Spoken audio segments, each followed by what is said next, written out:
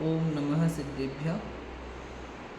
नमो अरिहन्ताणं नमो सिद्धाणं नमो आयर्याणं नमो उवज्झायाणं नमो लोई सव्यसाहोणम्। जग है अनित्यता में शरण न वस्तु कोई, ताते दुख राशि भववास को निहारिए। एक चिद चिन्ह भिन्न सदा पर द्रव्य निते, अशुचि शरीर में न आपा बुद्धि धारिए। रागाधिक भाव करे कर्म को बढ़ावे, ताते संवर स्वरूप होए कर्म बंध टारिए।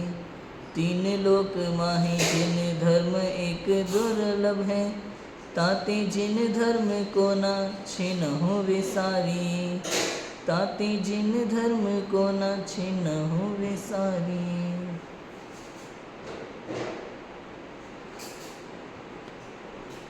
10 लक्षण महापर्व समाप्त हुए। आज क्षमावाणी महापर्व है।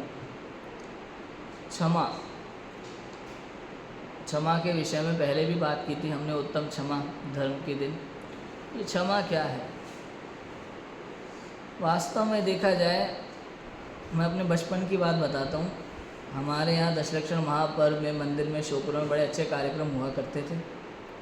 हम बच्चे खेला करते थे, सब घूमते फिरते रहते थे, खेलते थे बच्चे सब, आइस पाइस वगैरह उस समय। तो क्षमावाणी पर्व का जब दिन आता था ना, तो पता है आपस में बच्चे क्या करते थे? पीछे से आएंगे, एक थप्पड़ लगाएंगे, बोले उत्तम क्षमा। एक थप्पड़ लगाएंगे, फिर कहेंगे उत्तम क्षमा। तो ये क्षमा हो गई। तो ये मनाने का एक अलग तरीका था उस समय, और अलग अलग जगह अलग अलग तरीके से क्षमावाणी पर्व मनाया जाता है। हमारे यहाँ तो एक तरीका और होता है, एक दूसरे के घर जाके क्षमावाणी पर्व मनाते हैं। क्षमावाणी पर्व के बाद समाज के लोग एक दूसरे के घर जाते हैं, रिश्तेदारों के घर जाते हैं, है ना। घर पे वो सौंफ सुपारी का डिब्बा रखते हैं, सौंफ इलायची वगैरह का। जब आते हैं तो उनको बाकायदा नाश्ता बना के खिलाया जाता है घर पे, गरम गरम, और दूसरी तरह का नाश्ता भी होता है। तो जब दूसरों के यहाँ क्षमावाणी पे जाते थे, क्षमावाणी के बाद, तो मैं हमेशा तैयार रहता था मम्मी के साथ जाने के लिए, क्योंकि नाश्ता मिलता था। पैर छुओ, उत्तम क्षमा बोलो, उसके बाद बढ़िया नाश्ता करके घर जाओ। तो इस तरह से क्षमावाणी पर्व मनाया जाता था। अब वास्तव में क्षमावाणी पर्व है क्या, मनाया कैसे जाता है? मनाने के तो बहुत सारे, सबके अपने अपने अलग अलग तरीके हैं। पहले अलग तरीके थे, अब थोड़ा तरीका कैजुअल हो गया, अब थोड़ा और ज़्यादा स्टैंडर्ड हो गया है। अभी क्या है, किसी को जानते हो नहीं जानते हो कोई फ़र्क नहीं पड़ता, एक मैसेज बनाया बाकायदा शानदार, और नहीं बनाने की अब मेहनत नहीं करना हो तो किसी और का बनाया हुआ उठा लो और फॉरवर्ड कर दो, लेकर सीधा आँख बंद करके फॉरवर्ड कर दो। ना वो हमें जानते ना हम तुम्हें जानते, हमने क्षमा मांग ली और तुमने कर दी, बात खत्म। इसका नाम क्षमावाणी नहीं है। क्षमावाणी मतलब क्या, ये पर्व क्या है? हमने अनेकों जीवों के प्रति दुर्भाव किया है। हम बैठे बैठे कई बार किसी न किसी की बुराई करते रहते कि नहीं करते रहते। मन में उन सभी जीवों के प्रति क्षमा याचना का भाव होना चाहिए। मैं ये नहीं कह रहा जाकर के मांग के ही आओ, ठीक है, जाकर के मांग के आते हो अच्छी बात है। नहीं भी मांग के आओ तो भी आप जिस स्थान में, ये भी नहीं कह रहा कि मंदिर में जाके बोल के आओ, नहीं, आप तो जहाँ हो वहाँ अपने हृदय को निर्मल करो, बस। इसका नाम क्षमावाणी पर्व है। आपने क्षमा मांग ली लेकिन हृदय निर्मल नहीं हुआ तो क्षमा मांगने का क्या लाभ? समझ में आया कि नहीं आया? क्षमा मतलब हृदय की निर्मलता। किसी के प्रति यदि हमारे मन में कुटिलता का भाव है, दुर्भाव है, या किसी ने हमारे साथ मान लो कुछ गलत किया, हमें ऐसा लगता है कि किसी ने हमारे साथ गलत किया, किसी ने धोखा दिया, उसके प्रति जो भी मन में भाव है वो धो दो। इस दिन क्या करो? धो दो, बिना सर्फ एक्सल के, बिना रिन के धो दो, हृदय को साफ कर लो, बस। समझ में आया कि नहीं आया? इसका नाम क्षमावाणी है। वैसे जी कोई भी हो, अब लोग बात क्षमावाणी पे क्या करते हैं, अपने मित्रों को मैसेज भेज लेते हैं, मित्रों को कॉल भी कर लेते हैं, लेकिन जिससे एक्चुअल में लड़ाई हो रखी हो उससे तो क्षमा मांगने का भाव ही नहीं आता, जबकि मांगना तो उससे था। कुल मिला के बात ये है, ये क्षमावाणी पर्व इसलिए आता है, चाहे कोई भी हो, समस्त संसार में 3 लोक में कोई भी हो, XYZ, अपना हो पराया हो, कोई भी हो, उसके प्रति कैसा भाव होना कि जो जैसा है वैसा बना रहे, हम अपने में वो अपने में, हमेरा उससे कोई संबंध नहीं, उसका हमसे कोई संबंध नहीं। यदि मेरे द्वारा किसी को भी दुख पहुंचा है तो मैं उसके लिए क्षमा प्रार्थी हूँ। मन में आया? मतलब क्षमा प्रार्थी हूँ मतलब मेरे मन में उसके लिए कोई बैर भाव नहीं है, कोई विरोध भाव नहीं है, कोई कुटिल भाव नहीं है। मैं किसी से बदला नहीं लेना चाहता, है ना? मैं किसी से बदला नहीं लेना चाहता। कभी कभी बचपन में ऐसा होता था, स्कूल में बच्चों ने लड़ाई कर ली, कोई बात नहीं, अगले दिन देखेंगे 2-4 दिन बाद देखेंगे, इसका हिसाब तो चुकाना पड़ेगा। ये सब भाव नहीं आना चाहिए मन में कभी भी। कभी भी मन में जो भी दुर्भाव है सब मिटा दो, इसका नाम क्षमावाणी है। अपनों के प्रति हो, पराये के प्रति हो। कई बार तो ऐसा होता है, दुनिया भर से क्षमा मांग लेते हैं और बच्चे अपने मम्मी पापा से ही नहीं मांगते, बताओ। जबकि दिन भर दिल मम्मी पापा का ही दुखाया जा रहा है। बोलो, ऐसे ही माता पिता बच्चों के लिए, बोलो क्यों भैया? साल में बच्चों के कितने थप्पड़ पड़ जाते होंगे मम्मी के हाथ से, बोलो। आपको तो याद होगा भाभी, है क्या नहीं? साल भर में कितने थप्पड़ पड़ जाते होंगे बच्चों के। बच्चों से क्षमा याचना मांग करते हैं कि नहीं करते हम? सोचो, ये सारी चीज़ें बहुत ज़रूरी हैं। जिसका वास्तव में दिल दिखाया है, अब अपन को क्या लगता है, अपन ने बच्चों को मारा और बच्चों के मन में दुर्भाव नहीं आया होगा? बच्चे मन मन में गाली दे करके मन शांत कर लेते भाई साहब। हमको पता लगे ना लगे, बुरा तो उनको भी लगता है। मैं तो ये कहना चाहता हूँ कि देखो, ये सब सांसारिक व्यवहार चल रहे जीवन में, सब सांसारिक व्यवहार सब खत्म हो जाने वाले हैं। किसी का नहीं पता, आज कोई व्यक्ति चला जाएगा, उसके साथ सारे भाव खत्म, कल दूसरा चला जाएगा, परसों तीसरा चला जाएगा। ये संसार ऐसा ही है, अनित्य है, अशरण है, ऐसा ये संसार है। ये 12 भावना में क्रम से देखा ना हमने। मैं तो अकेला हूँ, एकत्व भावना, कोई मेरा नहीं है, अन्यत्व भावना, क्रम से। समझ में आया कि नहीं आया? क्या चिंतन किया हमने 12 भावनाओं में शुरू से ही? ये तो संसार अनित्य है, अशरण है, ऐसा ये संसार है। फिर एकत्व भावना, मैं तो अकेला ही हूँ, अन्यत्व कोई मेरा नहीं है, मैं अशुचि, सब अपवित्र है मुझे छोड़ करके। ऐसा जान करके सबके प्रति क्षमा, किसी के साथ कोई बैरभाव नहीं रखना। मैं कि नहीं है? क्षमावाणी अर्थात क्या कि मेरे जीवन में जितने भी लोगों से मेरा मिलन हुआ है, जितने भी लोगों से मेरा संवाद हुआ है, प्रत्यक्ष में परोक्ष में, कभी फ़ोन पे बात होती है, किसी भी रूप में, यदि मैंने उनकी निंदा की है, कई बार करते हैं हम लोग, झगड़ा किया है, किसी को तकलीफ़ पहुंचाई है, किसी को दुख दिया है, या किसी और की वजह से मुझे तकलीफ़ पहुंची हो, मेरा हृदय निर्मल है, मैं किसी से बदला लेना नहीं चाहता। मेरे मन में ऐसा भाव नहीं है कि किसी के साथ कभी कुछ बुरा हो। समझ में आया कि नहीं आया? ये क्षमा याचना है, ये क्षमा याचना है, बस और कुछ नहीं है। आप उत्तम क्षमा बोल दो, उससे क्या फ़र्क पड़ रहा है? बोलो, 2 शब्द बोल देते रहे, उत्तम क्षमा, और एक और शब्द होता है मिच्छामि दुक्कडम, काम खत्म। देखो ये क्या है भाई? ये और मैसेज भी आते कई बार, क्षमावाणी के मैसेज आपने देखे होंगे। मैंने अपने जीवन में कभी आपको ठेस पहुंचाई हो क्या होता है भाई? पहुंचाई हो का क्या मतलब है? मतलब अपनी गलती स्वीकार करनी नहीं है तो क्षमा मांगने का मतलब क्या है? सीधा बोलो ना कि हाँ तुमने गलती की है, हाँ मैंने पहुंचाई है आपको ठेस, हाँ मैंने आपके लिए दुर्वचन बोले, हाँ मेरे मन में आपके लिए दुर्भाव आते हैं, लो क्या करोगे बोलो। लेकिन हाँ, आज क्षमावाणी पर्व है, मैं उन सारे भावों को याद करके सोचता हूँ कि ये गलत है और मैं आपसे क्षमा मांगता हूँ और अपने हृदय को निर्मल रखता हूँ। ठीक है, भूतकाल में जो भी हुआ मेरे कर्म का उदय था, आप उसमें निमित्त मात्र थे। जो भी हुआ मेरे साथ, मेरे कर्म का उदय था, आप निमित्त मात्र थे, किंतु अज्ञानवश मैंने आपको अपने दुख का कारण माना। अज्ञानवश मैंने आपको अपने दुख का कारण माना, किंतु मैं समझ चुका हूँ आप मेरे दुख में जरा से भी कारण नहीं है, मेरे सुख दुख का कारण तो केवल मैं हूँ। ऐसा जान करके संसार के सभी जीवों के प्रति, मित्र हो शत्रु हो कोई भी हो, सबके प्रति क्षमा भाव धारण करना। समझ में? किसी से बैर भाव मत रखना जीवन में, किसी के प्रति दुर्भाव मत रखो, बस। ये संसार है, चलता रहेगा। यहाँ 50 तरह के लोग मिलेंगे। ये तो मेला है भैया, ये संसार क्या है, मेला है। मेले में कई तरह के लोग होते हैं, बताओ, शराबी भी आते हैं, गुटखाबाज भी आते हैं, कई तरह के लोग आते हैं मेले में। और ये मेला ही है संसार में, सब तरह के लोग मिलेंगे। ज़रूरी नहीं है कि हम जैसा चाहें वैसे ही मिले, सब तरह के लोग मिलेंगे। और हमें किसी से मतलब नहीं रखना। जैसे मेले में हम जाते हैं, तरह तरह के लोग घूमते हैं, कोई गुटखा खा रहा होता है, कोई शराब पी रहा होता है, कोई गंदा काम कर रहा होता है, गंदी कोई गालियाँ दे रहा होता है, लेकिन हमारा उनसे कोई संबंध नहीं होता।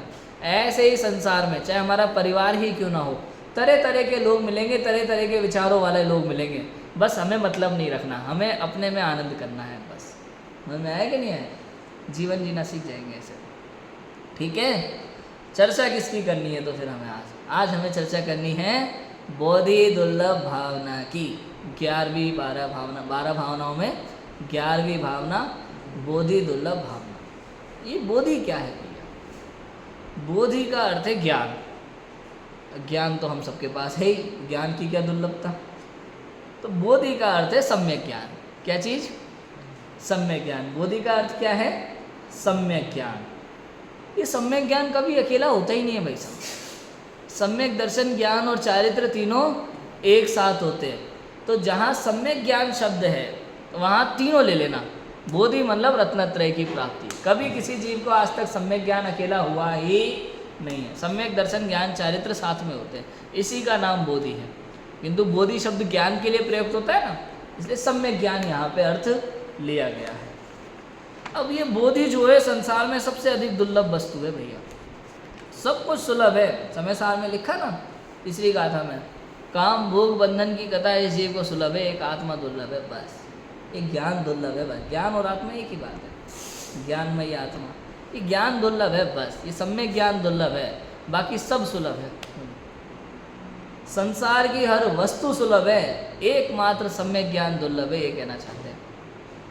समझ में आ रहा है कि नहीं आ रहा? जीवन में कुछ भी प्राप्त कर लोगे, मतलब ये है भाई साहब, इंजीनियरिंग की पढ़ाई सुलभ है, डॉक्टर की पढ़ाई सुलभ है, सीए की पढ़ाई सुलभ है, लेकिन सम्यक ज्ञान दुर्लभ है। दुर्लभ भी क्या है? दुर्लभ क्या है? जो किसी यूनिवर्सिटी से नहीं होता, किसी कॉलेज में नहीं होता, किसी स्कूल में जाने से नहीं होता, जंगल में बैठे बैठे जो ज्ञान प्राप्त हो जाता है वो सम्यक ज्ञान दुर्लभ है। और जो बच्चा टीचरों की मार खा खा के दिन रात एक करके पढ़ाई करता है वो ज्ञान सुलभ है। लो, समझ में आ रहा है कि नहीं आ रहा? सुलभता और दुर्लभता सोचो क्या है। जो बच्चा बचपन से अनाराम सीख सीख करके स्कूल में, घर में मम्मी की मार खा खा के स्कूल जाता है बेचारा, और उधर से स्कूल में टीचर मारते हैं वो अलग, और उसके बाद दिन रात पढ़ाई करता है, ताने सुनता है। इतना सब करने के बाद engineer, doctor, CA, collector, UPSC, फलाना ठिकाना, जो भी पढ़ाई होती है, साइंटिस्ट बन जाए बड़े से बड़ा, ये सब के लिए तो कहा सुलभ है, ये तो मामूली बात है। तो दुर्लभ क्या है भाई साहब? 7 तत्वों का ज्ञान, 7 तत्वों का यथार्थ श्रद्धान। ये जो मेरा ज्ञान है, ये मैं हूँ, ऐसी पहचान, ऐसा निर्णय, ये दुर्लभ है। तो समझ में आ रहा है कि नहीं आ रहा? ये किताबों का दुनिया भर का ज्ञान ये तो सुलभ है, लेकिन जो ज्ञानमयी में आत्मा हूँ, सहज सुलभ जो ज्ञान उपलब्ध है, इसका निर्णय, इसकी स्वीकृति, ये दुर्लभ है। बोलो, समझ में आ रहा है कि नहीं? बोधि दुर्लभ, बोधि दुर्लभ भावना में इसका चिंतन है। 2 प्रकार से चिंतन है इसमें। एक तो ज्ञान की दुर्लभता, बोधि की दुर्लभता, और एक बोधि की सुलभता भी। कहने को है तो सहज सुलभ मेरे पास। अब बताओ, शक्कर जो है, शक्कर मीठी है, शक्कर को मीठी होने के लिए क्या करना है? बताओ, कुछ नहीं करना, स्वभाव से मीठी है। ऐसे मैं ज्ञानमयी हूँ, मेरे पास सम्यक ज्ञान है, कुछ नहीं करना मुझे, लेकिन निर्णय नहीं है। बस निर्णय होना और ना होना, यहाँ बीच में दुर्लभ और सुलभ का चक्कर बैठा हुआ है, और कुछ नहीं है। देखो भूधर दास जी क्या कहते हैं बोधि दुर्लभ भावना के विषय में, बड़ी प्यारी लाइन है, दोहा छंद है। धन कन कंचन राज सुख, सब ही सुलभ कर जान। दुर्लभ है संसार में एक यथार्थ ज्ञान। क्या कहा? धन, कन, कंचन और राज सुख। धन तो हम सब समझते ही है, धन से बहुत अच्छे से परिचित है हम, पैसा। कन माने होता है अनाज, कण, कण बोलते हैं ना अनाज को, कण माने धान्य, अनाज। कंचन का मतलब भी हम जानते हैं, कंचन माने होता है सोना, सोना चांदी सब ले लो कंचन। राज सुख, राज सुख, राज्य का सुख, राजा बनना, ये सब तो भैया सब सुलभ है, सब ही सुलभ कर जान, ये सब सुलभ हैं सारे। अब जो बताओ, रुपया पैसा होना सुलभ है, अमीर आदमी बनना कोई बड़ी बात नहीं है, ये सारा जगत तो अभी इसी माने परेशान है। अभी वर्तमान में देखा जाए इस जगत को तो आधे से ज़्यादा जगत तो पैसे के लिए पागल है। बताओ अजी भाई, भोजनशाला के लिए महाराज की बात की मैंने फ़ोन करके, तो उन्होंने कहा देखो आने वाने का तो ठीक है, सबसे पहले ये बताओ पैसा कितना दोगे। पहले तो ये क्या दोगे, क्या दो, मैं क्या दोगे का क्या मतलब, पैसे देंगे और क्या देंगे, पैसा कितना दोगे। बोलो समझ में आया कि नहीं है? धन कन कंचन राज सुख, ये तो सब सुलभ है, आसानी से मिल जाते हैं। बताओ आसानी से मिल जाते हैं। बताओ बचपन में जन्म के बाद बच्चा सोचता है कि मैं पढ़ने जाऊंगा स्कूल। बताओ कभी देखा है, कभी सोचते हुए बच्चे को? जब बच्चा हॉस्पिटल से आता है, नया नया बच्चा जन्म हुआ, उसने प्लानिंग की होती है कभी मैं स्कूल जाऊंगा 2-1 साल बाद? ये बच्चे जबरदस्त, बच्चों के माता पिता जबरदस्ती भेज देते हैं बेचारों, जाओ स्कूल में पढ़ो। मतलब सुलभ है, सुलभ है, कोई टेंशन नहीं, कुछ मतलब नहीं है, रोना खाना और सोना, है कि नहीं है? यही काम है बच्चों का। माता पिता परेशान होकर स्कूल भेज ही देते, ले जा पढ़। धन कन कंचन, धान्य, धान्य कौन सा दुर्लभ है? तो खाने को मिल जाता है। ये भिखारी सब बेकार की बातें हैं भैया। पेट के लिए भूखा, पेट के लिए कमाना, ये सब चौंसले हैं और कुछ नहीं है। इस संसार में कोई भी जीव पेट के लिए नहीं कमा रहा। जानवरों को छोड़ देना भैया, पशुओं की बात नहीं कर रहा हूँ, मनुष्यों की बात कर रहा हूँ। किसी भी मनुष्य की बात कर लो, किसी भी, कोई दयनीय से दयनीय स्थिति में कोई मनुष्य हो ना, वो भी भूखा नहीं रह सकता। ये संसार की व्यवस्था ऐसी है वास्तव में देखा जाए तो। पेट के लिए नहीं कमा रहे होते, भीख मांग रहे, पेट के लिए नहीं मांग रहे, पेटी के लिए ही मांग रहे। चाहे लंगड़ा हो, चाहे लूला हो, चाहे अंधा हो, चाहे किसी भी परिस्थिति में हो। और नहीं तो उसी परिस्थिति के दूसरे जीवों को देख लेना, अंधे जीव भी बड़े से बड़े काम कर रहे हैं। अरे मैं नहीं कह रहा आप वर्ल्ड में नाम कमाओ, मैं नहीं कह रहा आप पूरे दुनिया में नाम कमा के अपना झंडा लहराओ। हम तो ये कह रहे हैं ईमानदारी से आप पेट भर के भोजन कर सकते हो और अपने आत्म तत्व का विचार कर सकते हो। इतनी सामर्थ्य इस मनुष्य गति के हर संगी पंचेंद्रिय मनुष्य के पास है, सबके पास ये सामर्थ्य है। ये तो नाटक करते हैं गरीब होने का, दुखी होने का, और कुछ नहीं है। इच्छाएं बहुत है ना, अपने से ऊंचे वाले आदमी को देख करके हमें भी सारी व्यवस्था चाहिए, बस इसके कारण दुखी है। नहीं तो दुख किस बात का है? बोलो बोलो। हम लोग ही पागल हुए जा रहे हैं, पढ़ाई लिखाई, टॉप आना, नौकरी करना, बड़े बड़े खूब सारे पैसे कमाना, मॉल में जाना, ये मूवी देखने जाना, ये करना वो करना, हम ही पागल हुए जा रहे हैं। तो आज भी कहीं ना कहीं क्या बोलते हैं उसको, समुद्र के बीच में तट होते हैं, आइलैंड पे आज भी कोई आदिवासी रहते हो, उनको मालूम भी नहीं है दुनिया में ज़िंदगी कैसे जी जा रही है, लेकिन हुआ करके फिर भी वो अपनी ज़िंदगी निकाल ही रहे कि नहीं निकाल रहे? बोलो समझ में आ रहा है कि नहीं आ रहा? क्लियर बात है, एकदम स्पष्ट बात है। ये साइंस के पहले, ये टेक्नोलॉजी के पहले दुनिया कैसे जीती थी बताओ? कोई पढ़ाई लिखाई की होड़ नहीं थी भाई साहब। सरकारी नौकरी वाले ऐसे घूमते थे, सरकारी नौकरी पे कोई तो आ जाए, कोई तो आ जाए, थोड़ा बहुत तो पढ़े होंगे ना, हाँ तो आ जाओ टीचर बन जाओ हमारे यहाँ, जितना पढ़े उतना पढ़ा देना, ऐसे सरकारी नौकरियाँ बढ़ती थी। और ज़्यादा पुरानी बात नहीं कर रहा हूँ, आज से 20 साल पुरानी बात होगी राजू भाई। बस आज से 20 साल पहले अमोल जी, अगर आपने 5वीं पढ़ रखी है, 8वीं पढ़ रखी है ना, तो आपकी सरकारी नौकरी पक्की है। और वो भी क्या, जरूरी नहीं है कि 60% आए हो, पास हो ना, ठीक है, नौकरी पक्की है। घर से उठा के ले जाते थे। और केवल टीचर नहीं, सरकारी काम में जितने पद खाली होते थे, जिस लाइन में खाली होते थे, तुम तो आ जाओ। ये हालत थी पहले।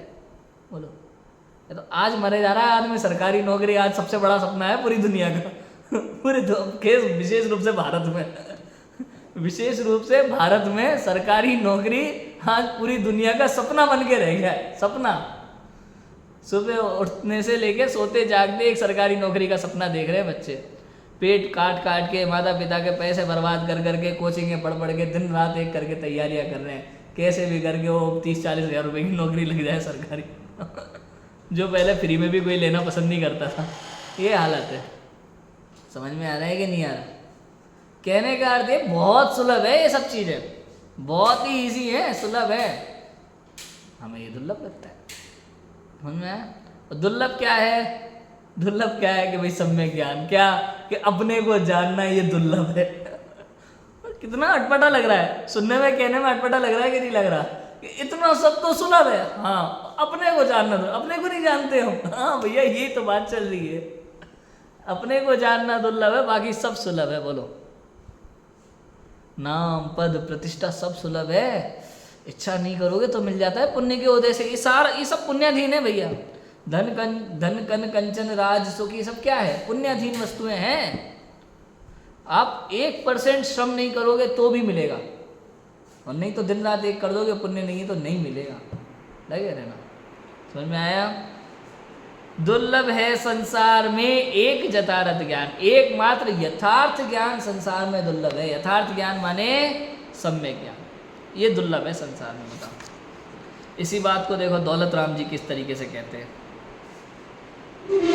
अंतिम ग्रीवक लो की हद, पायो अनंत वीर्यो पद, पर सम्यक ज्ञान न लाधो, दुर्लभ निज में मुनि साधो। अंतिम ग्रीवक लौ की हद, पायो अनंत वीर्यपद। हद माने एंड, मिथ्या दृष्टि जीव अंतिम 9वें ग्रेवक तक जा सकता है, ये कई बार जाके आ जाता है। मिथ्या दृष्टि जीव द्रव्यलिंगी मुनिराज बन के 9वें ग्रेवक तक अनेक बार चला जाता और अनंत पायो अनंत वीर्यपद, अनंत बार ये पद प्राप्त कर चुका 9वें ग्रेवक तक जाके स्वर्ग में। अच्छा, ये केवल इतना नहीं, ये तो हद बताइए, हद। इसके नीचे के सारे पद अनंत बार प्राप्त कर लिए। मतलब मुख्यमंत्री, प्रधानमंत्री, कलेक्टर, एसपी, ये सब फालतू बातें हैं हमारे लिए, बन बन के छोड़ दिया हमने। मैं ही ना, कई बार अपन नॉर्मली कहते हैं ना यार ये वाला, अरे बहुत बार ऐसे ऐसे ऐसे भाव आना चाहिए। सुनो, पता है तुम्हें वो यूपीएससी की तैयारी कर रहा है, बहुत बार कर करके छोड़ दी हमने। क्या बात कर रहे हो? कलेक्टर हमारे लिए कोई बड़ी बात नहीं है, कर करके छोड़ दिया ये तो हमने बहुत बार। ऐसी है बहुत बार। इंजीनियर, डॉक्टर, डॉक्टर, अरे इसके स्पेशलिस्ट अनंत बार। समझ में? बहुत बार बन बन के छोड़ दिया हमने ये सब, कोई दम नहीं है। अब बताओ, शाहरुख खान, सलमान खान, आमिर खान, तीनों खान भाई एक्टर, अरे फिल्म के एक्टर भाई साहब, क्या acting. Amitabh Bachchan, big B और फलाना, बहुत बार। इससे अच्छे अच्छे बताओ अजय भाई, अनंत काल में कितनी बार फिल्मी एक्टर बने होंगे हम? हाँ, बहुत बार। बोलो, क्या बाकी रह गया? अमोल जी, कोई सपना है अमोल जी आपका जीवन में? आपने कभी सोचा हो यार वो बनना है मुझे, जो पूरा नहीं हुआ? नहीं, शास्त्री। हाँ, हमें शास्त्री बनना था ना आपको। मैं क्या कह रहा हूँ यहाँ बैठ करके, बहुत बार। दिमाग से निकाल दो अभी दिमाग से निकाल दो, बहुत बार। खूब अध्ययन किया, खूब ज्ञान लिया, बस एक आत्मा को नहीं जाना। 11 अंग 9 पूर्व पढ़ लिए, लेकिन आत्मा को जाने बिना उसका कोई लाभ नहीं हुआ। आचार्य कह रहे हैं भाई 11 अंग 9 पूर्व मत पढ़, एक आत्मा पढ़ ले। एक आत्मा पढ़ने वाले ने सब पढ़ लिया है। पोथी पढ़ पढ़ क्या कहानी, क्या स्तोहा है? पोथी पढ़ पढ़ पंडित भये, और कुछ अलग दोहा है, याद नहीं आ रहा। लास्ट लाइन सुना देता हूँ भाई, 2.5 अक्षर आत्मा पढ़े सो पंडित हुए। पहली लाइन छोड़ दो, है कि नहीं? 2.5 अक्षर आत्मा पढ़े सो पंडित हुए। खूब पढ़ लो, चारों अनियों के शास्त्र आप रट लो, गाथा टू गाथा, टीका टू टीका, वर्ड टू वर्ड रट लो, कोई लाभ नहीं है। 2.5 अक्षर आत्मा पढ़े जो पंडित। 2.5 अक्षर माना अक्षर वाला आत्मा नहीं भाई साहब, इस आत्मा का अनुभव, इस आत्मा का आनंद जो ले वो पंडित है। पंडित का मतलब हमने तो नाम के आगे पंडित लगा देते, इसको पंडित का ही नहीं जिनागम में। जिनागम में पंडित का मतलब ये शास्त्री थोड़ी ना है। जिनागम में पंडित का मतलब सम्यक दृष्टि। समझ में आया कि नहीं आया? जिनागम में पंडित मतलब आत्मानुभवी सम्यक दृष्टि जीव। अब हम तो लगा लेते हैं पंडित नाम के आगे, ठीक है, लोग कह देते पंडित जी तो पंडित हो गया। पंडित ऐसे थोड़ी बन जाते कोई। पंडित माने सम्यक दृष्टि जीव है। समझ में आया कि नहीं आया? ऐसा है। देखो क्या लिखा, अंतिम ग्रीवक लो की हद पायो अनंत वीर्यापद, पर सम्यक ज्ञान न लादो, सम्यक ज्ञान प्राप्त नहीं किया। और दुर्लभ निज में मुनि साधो, निज में अंतर में सम्यक ज्ञान प्राप्त करना दुर्लभ है। मुनिराजों के लिए भी लिखा, द्रव्यलिंगी मुनिराज बन के अनंत बार 9वें ग्रीवक तक गए, लेकिन मुनिराज ने क्या नहीं किया? सम्यक ज्ञान प्राप्त नहीं किया, आत्मा को नहीं जाना। दुर्लभ, दुर्लभ सम्यक ज्ञान है। 28 मूलगुणों का पालन सुलभ है। बोलो, 5 महाव्रत सुलभ है, 5 समिति सुलभ है, अणुव्रत का पालन सुलभ है। बोलो, तो क्या दुर्लभ है? सम्यक ज्ञान दुर्लभ है, सम्यक दर्शन दुर्लभ है, आत्मा का ज्ञान दुर्लभ है, आत्मा का आनंद दुर्लभ है। समझ में आया कि नहीं आया? ये दुर्लभ है। देखो और क्या लिखा,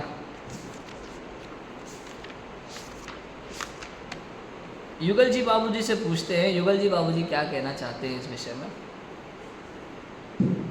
जागी मम दुर्लभ बोधि प्रभो, दुर्नय तम सतवर टल जाए, बस ज्ञाता दृष्टा रह जाऊं, मद मत्सर मोह विनश जाए। जागे मम दुर्लभ बोधि प्रभु, मेरा ये दुर्लभ सम्यक ज्ञान जागृत हो, मतलब सम्यक ज्ञान रूप पर्याय प्रकट हो। मेरे इस ज्ञान गुण में से सम्यक ज्ञान पर्याय प्रकट हो। और क्या हो? मद मत्सर मोह विनश जाए। मद मत्सर, मद माने होता है अहंकार, सॉरी दुर्नय तम सत्वर टल जाए, नीचे की लाइन बोली, दुर्नय तम सत्वर टल जाए। दुर्नय क्या होता है? दुर्नय माने मिथ्या अभिप्राय। दुर्नय क्या है? मतलब मिथ्या अभिप्राय। एक तो होता है सम्यक नय और एक होता है दुर्नय। एकांतवादी जो होते हैं ना, एकांतवादी जगत में, वो सब दुर्नय कहलाते हैं। दुदृष्टि, मिथ्या दृष्टि, एकांतवादी, ये सब दुर्नय है। दुर्नय रूपी अंधकार, सत्वर माने शीघ्र, शीघ्र टल जाए, तुरंत टल जाए। समझ में? मिथ्या अंधकार, मेरी मिथ्या सोच, मेरी मिथ्या दृष्टि शीघ्र ही टल जाए। तम माने अंधकार, ये मिथ्यात्व रूपी अंधकार शीघ्र ही टल जाए। सीधा अर्थ करें तो यहाँ चूंकि ज्ञान से संबंध है, दुर्नय मतलब ये जिनवाणी में लगेगा, एकांतवाद है ना, एकांत ज्ञान, तो अर्थ ये निकलेगा, जागे मम दुर्लभ बोधि प्रभु, मेरा सम्यक ज्ञान जागृत हो, दुर्नय तम सत्वर टल जाए, मिथ्या ज्ञान रूपी अंधकार शीघ्र ही नष्ट हो जाए। समझ में आ गया? मिथ्या ज्ञान रूपी अंधकार शीघ्र नष्ट हो जाए और सम्यक ज्ञान रूपी प्रकाश आत्मा में फैल जाए। और बस ज्ञाता दृष्टा रह जाऊं, मद मत्सर मोह विनश जाए। बस ज्ञाता दृष्टा रह जाऊं, जाननहारा रह जाऊं। इस लाइन में बड़ा दम है, ज्ञाता दृष्टा रह जाऊं मतलब क्या? अमोल जी, मेरे सामने चाहे कैसी घटना हो, मुझे फ़र्क नहीं पड़े, मुझे फ़र्क नहीं पड़े, मैं विचलित ना हूँ, मुझे राग द्वेष उत्पन्न नहीं हो, बस चाहे कुछ हो रहा हो, कुछ हो रहा हो, बताओ, चाहे बस में कुछ हो जाए राजू भाई सामने, मुझे फ़र्क नहीं पड़े, तब आएगी बात, बस ज्ञाता दृष्टा रह जाओ। कुछ भी हो जाए दुनिया में, संसार में, घर में, परिवार में, बोलो, मैं यहाँ पे ये मतलब मत निकालना भाई, भूमिका के अनुसार गृहस्थ अवस्था में आपको अपने कर्तव्य करने होते हैं, कोई दिक्कत नहीं है, लेकिन वो सब कर्तव्य करते हुए भी जाननहारा बने रहना, इसमें थोड़ी क्वालिटी है, इसमें थोड़ी दम है। मतलब ये विचलित नहीं होना, चिंता नहीं होना, भूमिका अनुसार अपना कर्तव्य करते रहो। भाई कोई प्रॉब्लम हुई है, सॉल्यूशन ढूंढो, रो मत, चिंता मत हो, दुखी मत हो, परेशान मत हो, रो मत, हाँ सॉल्यूशन ढूंढ लो, कोई बात नहीं, समस्या का समाधान करने में बुराई नहीं है। रोने में, बिलखने में, शोक मनाने में, दुखी होने में, पागल होने में दिक्कत है। समझ में है कि नहीं है? समाधान ढूंढो। बस ज्ञाता दृष्टा रह जाओ, जानो देखो, आनंद करो, उसमें क्या है। कोई प्रॉब्लम हो गई, जानो देखो, समाधान हो रहा है, जानो देखो, आनंद करो। मद मत्सर मोह विनश जाए। मद माने अहंकार, मत्सर माने ईर्ष्या, मोह माने अज्ञान रूपी अंधकार। ये सब क्या हुए? नष्ट हो, समझ में? नष्ट हो जाए। मद मत्सर मोह विनश जाए। अब देखो मंगत राय जी की 12 भावना पढ़ते हैं हम। मंगत राय जी हमसे क्या कहते हैं? बहुत दुर्लभता है भाई जीवन में। देखो मंगत राय जी बताएंगे कितनी दुर्लभता है संसार में ज्ञान की। दुर्लभ है निगोद से थावर, अरुत्रस गति पानी। नरकाया को सुरपति तरसे, सो दुर्लभ प्राणी। उत्तम देश सुसंगति दुर्लभ, श्रावक कुल पाना।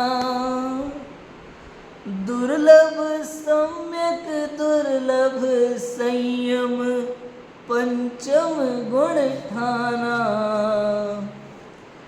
दुर्लभ रत्न त्रय आराधन, दीक्षा का धरना। दुर्लभ मुनिवर को व्रत पालन, शुद्ध भाव करना। दुर्लभ से दुर्लभ है चेतन, बोधि ज्ञान पावे। पाकर केवल ज्ञान नहीं, फिर इस भव में आवे। क्या कहा?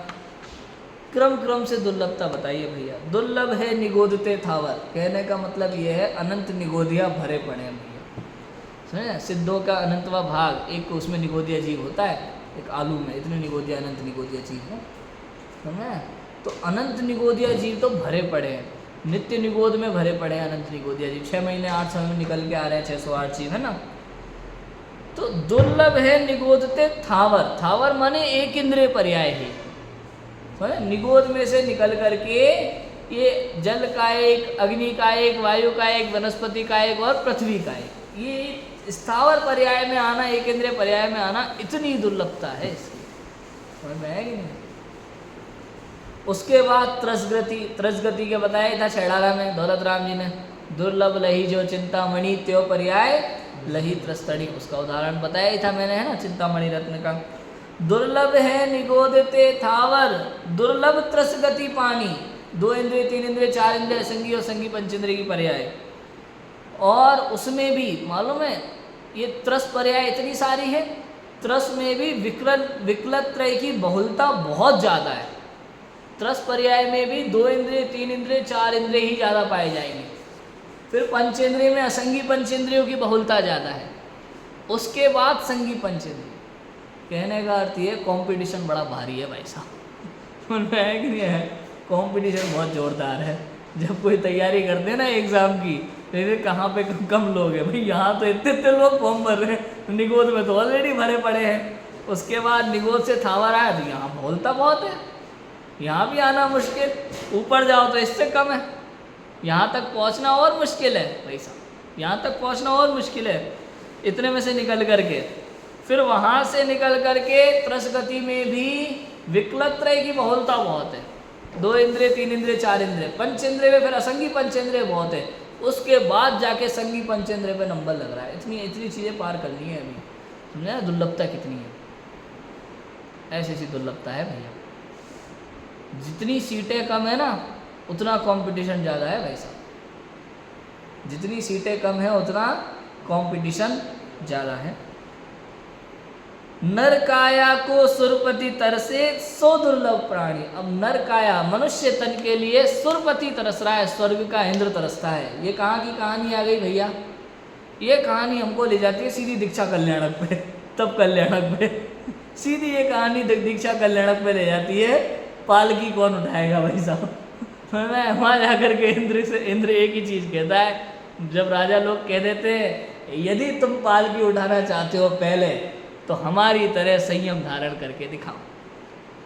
हम मुनिराज, हम भगवान के साथ दीक्षा लेने चले, तुम आ रहे हो तो तुम्हें हम पालकी उठाने देने को तैयार, और नहीं तुम में दम है तो कोने में खड़े रहो चुपचाप।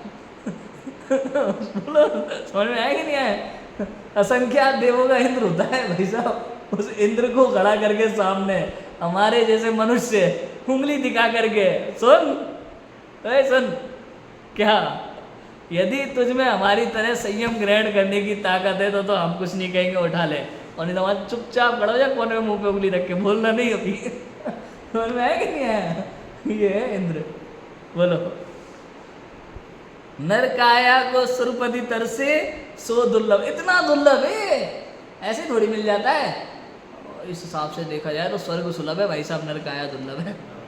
बोलो, नरकाया, अब नरकाया भी सुलभ है। उसके बाद जैन कुल, उत्तम देश सुसंगति दुर्लभ, श्रावक कुल पाना।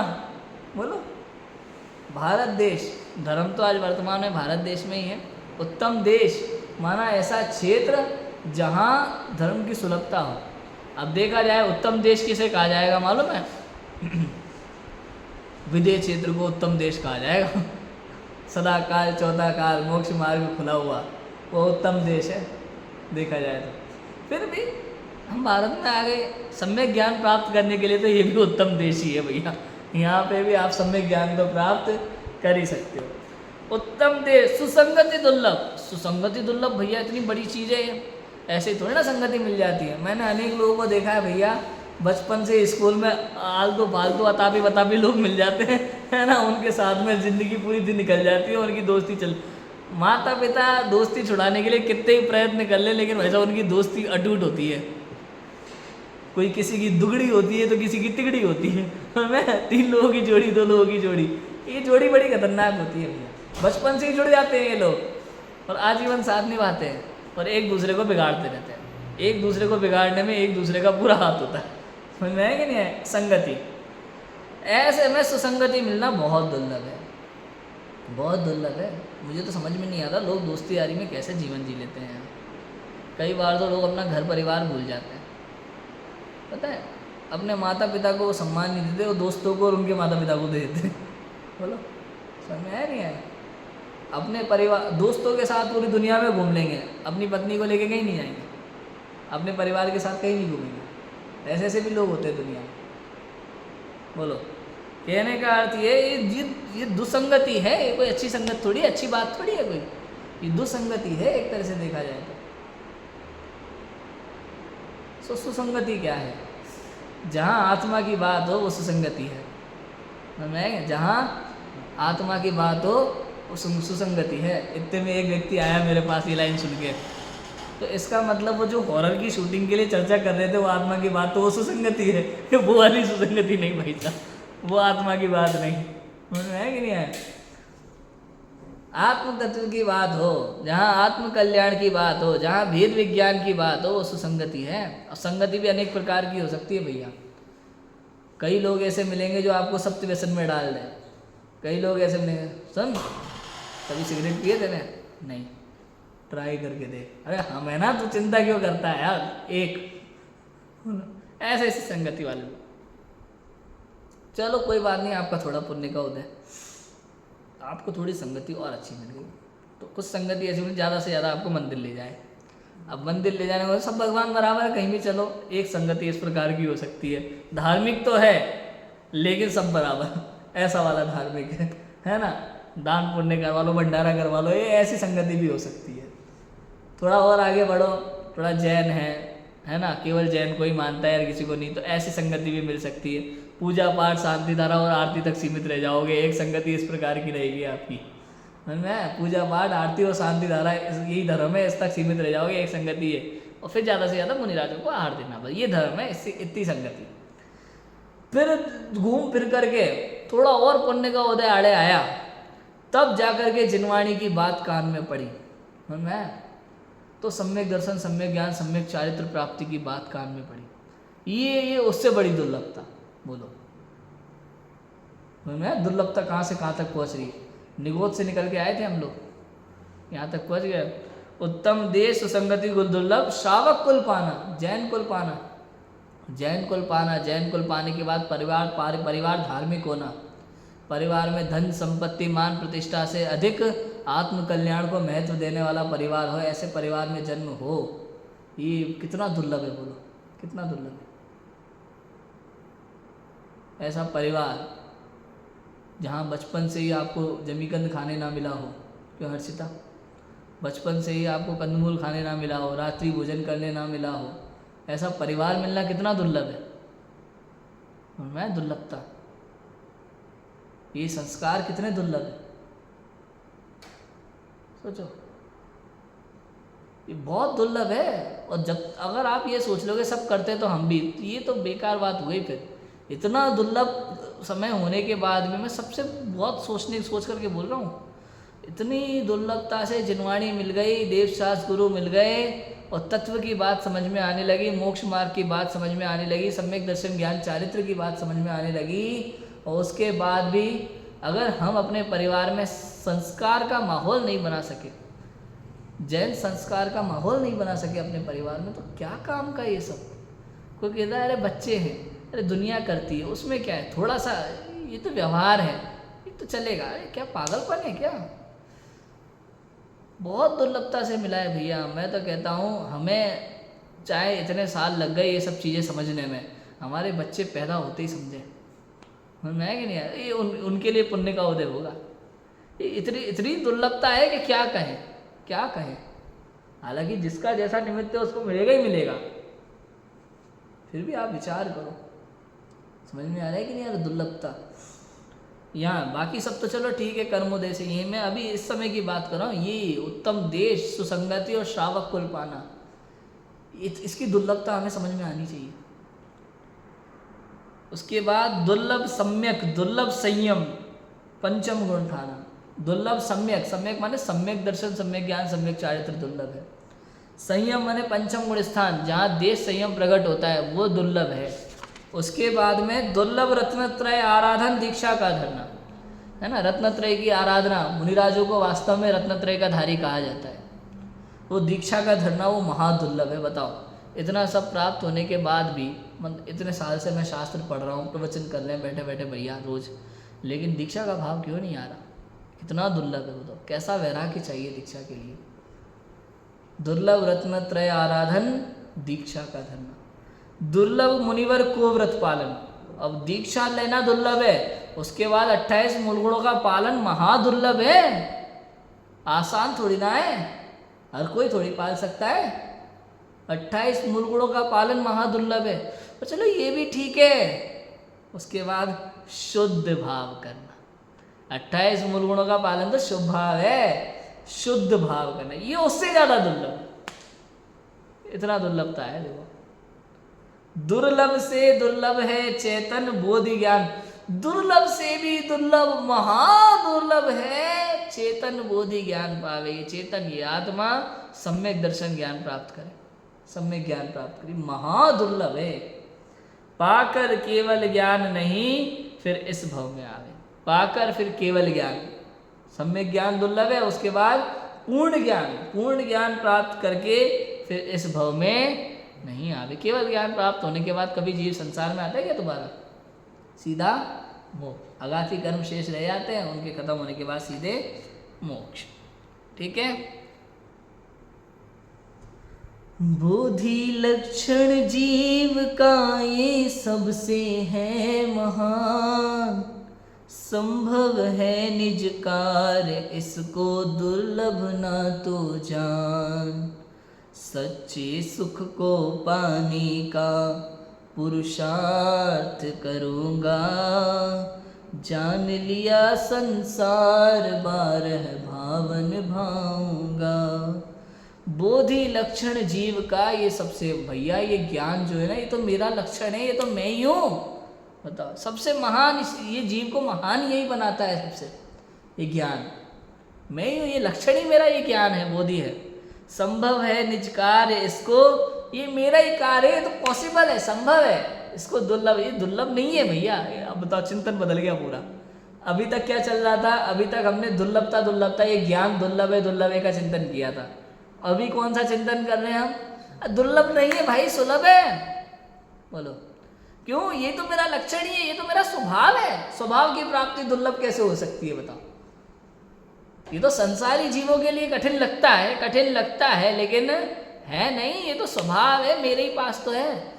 भाई साहब, आपको किताबी ज्ञान प्राप्त करने के लिए किताबों में लगना पड़ेगा, दिन रात एक करके पढ़ना पड़ेगा। वो भी क्षयोपम ज्ञान, जितना कर्म का उदय है ना ज्ञानावरण का, उतना समझ में आएगा, बाकी नहीं आएगा। और सम्यक ज्ञान, ये तो मेरा स्वभाव है। बोलो, अंधेरा कमरा हो चाहे उजाला कमरा हो, कहीं भी हो, मैं ज्ञानवान हूँ, मैं कहीं भी सम्यक ज्ञान प्राप्त कर सकता हूँ। बोलो, हम जब घर में किराए में रहते थे, उधर बिल्कुल अंधेरा वाला घर था, लाइट चली जाए तो उसके बाद छुट्टी, बड़ी खुशी होती थी हमें लाइट जाने पर। क्यों? इधर पापा आए, पापा ने कहा चलो पढ़ने बैठो, टीवी बंद करो फटाफट, पढ़ने बैठो। हम पढ़ने बैठे, और जैसे ही लाइट गई 2-3 घंटे छुट्टी, शांति। अब कोई नहीं बोलेगा पढ़ने को, क्योंकि कमरे में अंधेरा गुप। बड़ा मजा आता भैया, समझ में आया कि नहीं आया? तो कहने का वो लौकिक ज्ञान प्राप्त करने के लिए सीमा है, इसके लिए कुछ नहीं। आप तो मैं कह रहा हूँ एक जेल काल कोठरी में बंद हो जाना, अंधेरा, अंधेरे काल कोठरी में बंद होने के बाद आंखें भी बंद कर लेना, लो, उसके बाद भी ज्ञान ओपन है, सब में ज्ञान प्राप्त कर सकते हो आप, अपने आप को जान सकते हो, आनंद कर सकते हो। इतना सुलभ है। संभव है निष्कार्यक लिखा है। संभव है का मतलब ये पॉसिबल है, दुर्लभ है लेकिन पॉसिबल है। दुर्लभ ना तू जाने, अगर तू दुर्लभ समझेगा ना, कठिन समझेगा ना, तो बस नहीं कर पाएगा। जिसको कार्य कठिन लग रहा हो, कहते हैं ना, क्या कहते हैं राजस्थान में कहावत है, रोते रोते जाएगा तो मरेगी खबर लाएगा। ऐसा बोलते हैं ना, समझ में? तो संभव है निज कार्य, इसको दुर्लभ ना तू जान। कठिन क्यों समझता है? पॉसिबल है ना, सुलभ है। सीआईडी में एक चीज़ बोलते हैं प्रद्युमन, सीआईडी में ऐसी भी प्रद्युमन बहुत बढ़िया बात सिखाते हैं, दया अभिजीत इनको सबको, हमारे लिए कुछ भी मुश्किल नहीं है। मुश्किल हो सकता है लेकिन असंभव कुछ भी नहीं है। कोई केस ऐसा आ जाए वहाँ पे, तो इसको पकड़ना तो इम्पॉसिबल लग रहा है, नहीं दया, इम्पॉसिबल कुछ नहीं है। हाँ थोड़ा मुश्किल है लेकिन इम्पॉसिबल नहीं है, ढूंढना पड़ेगा, ढूंढा जा सकता है। ऐसा कहने का अर्थ संभव है, दुर्लभ ना तू जान। परेशान मत, तो क्यों कठिन समझता है? पॉसिबल है, किया जा सकता है। और नहीं विश्वास हो तो देख ले अनंत सिद्धों को, देख ले सम्यक दृष्टि ज्ञानी जीवों को, देख ले केवल ज्ञानी परमात्माओं को। इन्होंने प्राप्त किया ना सम्यक ज्ञान, इसका मतलब पॉसिबल है, किया जा सकता है। हर 6 महीने 8 समय में 608 जीव कर रहे हैं ना 2.5 दीप में, मतलब किया जा सकता है। कोई नया कार्य नहीं है, कोई नई खोज नहीं है भाई, सब तुम्हारी पहले से हो रहा है, अनंत का अनादिकाल से हो रहा है, अनंत काल हो गया होते होते। समझ में आया? जान, इसलिए सच्चे सुख को पाने का पुरुषार्थ करूंगा, इसी में सच्चा सुख है भैया। सम्यक दर्शन, आत्मदर्शन, आत्मज्ञान, यही तो सुख का सागर है। आत्मदर्शन माने आत्मा के सुख स्वभाव का आश्रय, आत्मा के सुख स्वभाव का अनुभव। बड़ा आनंद का वेदन होता है भाई साहब। ऐसा लिखा शास्त्रों में, सिद्धों को जैसा अतीन्द्रिय आनंद का सुख होता है ना, वैसा ही चौथे गुण स्थानवर्ती श्रावक को होता है, सम्यक दृष्टि को, वैसा ही भावलिंगी मुनिराजों को होता है, वैसा ही होता है। जाति वही है सुख की, क्योंकि आत्मा का सुख है ना, सबका एक जैसा ही है। मेरे पास कोई आत्मा में अलग प्रकार का सुख हो, आपका अलग प्रकार का सुख हो, ऐसा नहीं है रवि।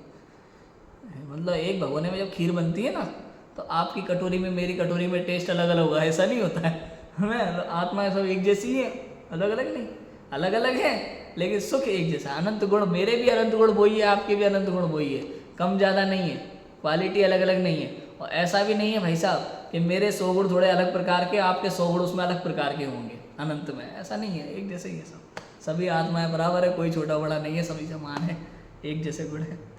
ठीक है, इसी प्रकार का चिंतन पंडित जयचंद जी छाबड़ा ने किया है, वो पढ़ते हैं हम, देखते हैं क्या लिखा है। बोधि आपका भाव है, निश्चय दुर्लभ नाही, भव में प्राप्ति कठिन है, यह व्यवहार कहाही।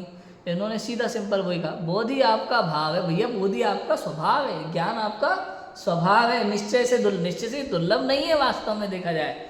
ठीक है, दुर्लभ दुर्लभ कह रहे, दुर्लभ नहीं है, निश्चय से दुर्लभ नहीं है। भव में प्राप्ति कठिन है। हाँ, संसार में थोड़ी इसके बोधि सम्यक ज्ञान की प्राप्ति कठिन लगती है अज्ञानी जीवों को।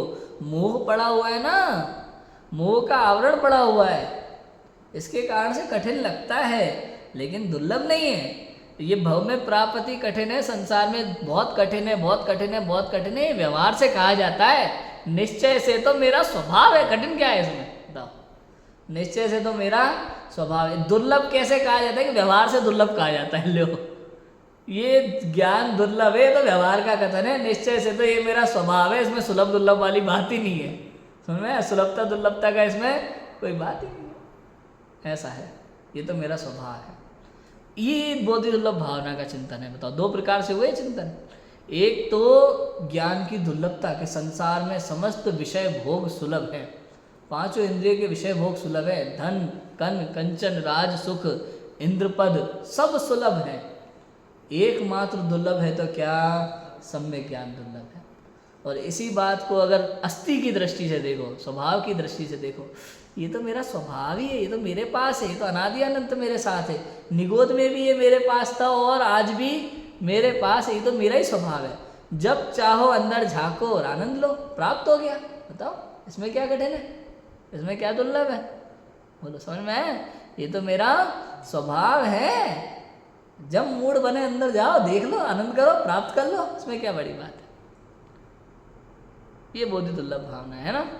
बोधि दुर्लभ भावना के चिंतन को हम बार बार समझें, बार बार इन 12 भावनाओं का हम चिंतन करें, भेद विज्ञान करें कि संसार की समस्त वस्तुएं सुलभ हो सकती हैं और इसकी हमें कोई आवश्यकता नहीं है।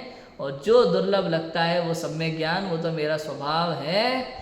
जब चाहो आनंद करो और सिद्धालय में विराजमान हो। हम सब अपने सम्यक ज्ञान स्वभाव को पहचानें और आनंद करें, सिद्धालय में विराजमान हो। इसी मंगल भावना सिद्धि की बात को विराम देते हैं। ओम नमः सिद्धि।